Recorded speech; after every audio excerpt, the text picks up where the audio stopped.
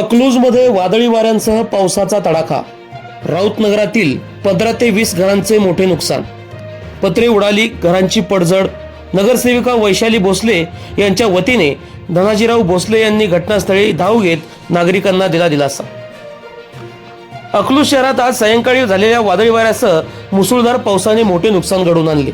विशेषतः राऊतनगर वार्ड क्रमांक 1 परिसराला या नैसर्गिक आपत्तीचा मोठा फटका बसला असून सुमारे 15 ते 20 घरांचे अतोनात नुकसान झाल्याची प्राथमिक माहिती समोर आली आहे. वादळी वाऱ्याच्या जोरामुळे अनेक घरावरील पत्रे उडून गेली, तर काही घरांची अंशतः पडझड झाली आहे. या घटनेत काही नागरिकांना किरकोळ दुखापतही झाली असल्याचे समजते. तसेच शहरातील विविध भागांमध्ये वीज खांब व झाडे कोसळल्याने काही काळ नागरिकांमध्ये भीतीचे वातावरण निर्माण झाले होते.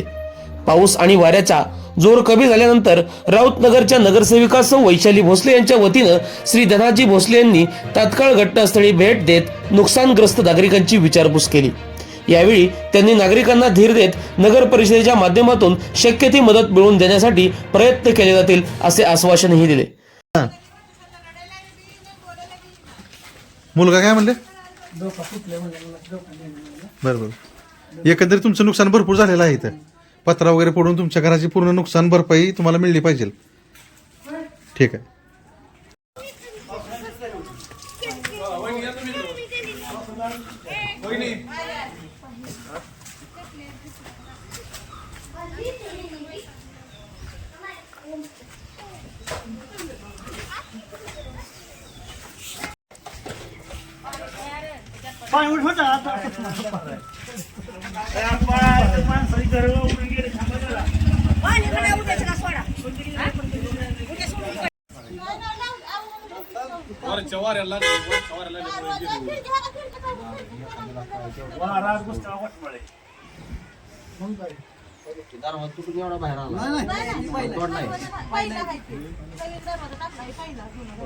करू नका टेन्शन घेऊ बाबा. आपण जीवित झाली कोणाची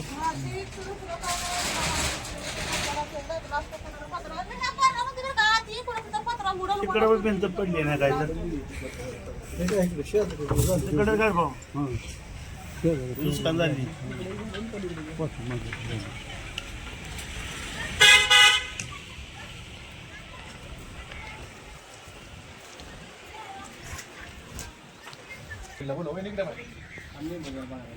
आपण काय करू शिवबाबा बोलवून त्या बाबा येणार बोलतो. बाबा नगर प्रशासन सहकार्य करून घेऊ करून सगळं खरं होईल नका टेन्शन घेऊ.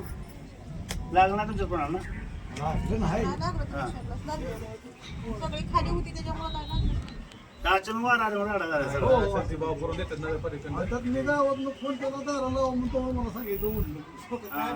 घेऊ करू नका काळजी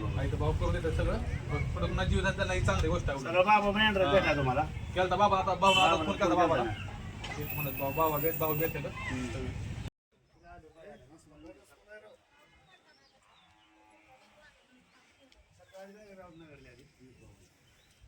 दरम्यान पावसाळ्याची सुरुवात होत असल्याने नागरिकांनी आपल्या घराची वेळेत दुरुस्ती करून घ्यावी, तसेच सुरक्षिततेच्या दृष्टीने आवश्यक खबरदारी घ्यावी असे आवाहन करण्यात येत आहे. भविष्यात अशा प्रकारच्या नैसर्गिक संकटामुळे होणारे नुकसान टाळण्यासाठी प्रत्येकाने सतर्क राहणे गरजेचे असल्याचे मत व्यक्त केले जात आहे. स्वराज्य हेर न्यूजचे नागरिकांना आवाहन. पावसाळ्याच्या पार्श्वभूमीवर घरांची, पत्र्यांची व विद्युत जोडण्यांची तपासणी करून आवश्यक दुरुस्ती करावी. सुरक्षितेला प्राधान्य देऊन संभाव्य धोके टाळावेत, जेणेकरून कोणत्याही प्रकारच्या जीवित किंवा वित्त हानीला सामोरे जाऊ लागू नये. म्हातारी सगळं पळे झाले. काय टेन्शन घेऊन आजी भाऊ व्हायचं टेन्शन घेऊ ना. फक्त आता संध्याकाळी कुठं जाऊ 5-6 दिवस तुम्हाला डबा देतो पाठवून मी. काय टेन्शन घेऊ नका.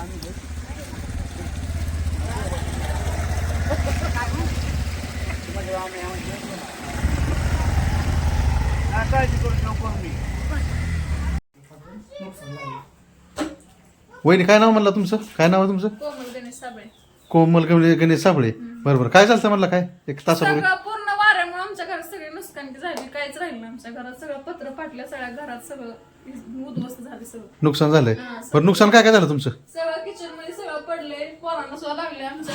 ती सगळं पत्र सगळं उसकटून. बरोबर बरोबर. ठीक आहे. मग तुम्हाला काय वाटतं काय करावं आता? काय आता काय करायचं? सांगा नगरपालिकेने काय करावं तुम्हाला वाटतं? आता काहीतरी करावंच लागेल नगरपालिकेला. आम्ही काय करणार आता? असलं नुकसान की आमच्या पोरांना सुद्धा लागले आमच्या. बरं बरं बरं सगळे नुकसान झाले आमच्या घरात, काहीच राहिलं नाही. बरं बरं ठीक आहे.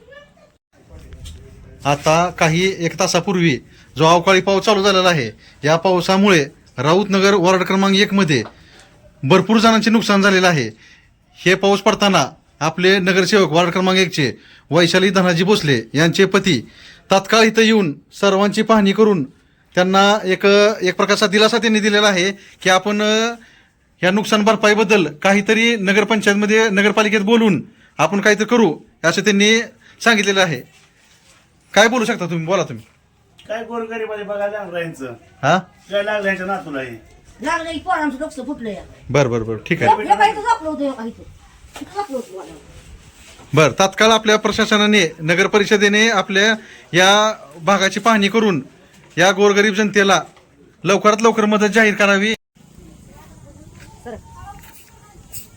पत्रा पडलं एखादा, सगळंच फुटलं. अरे देवा,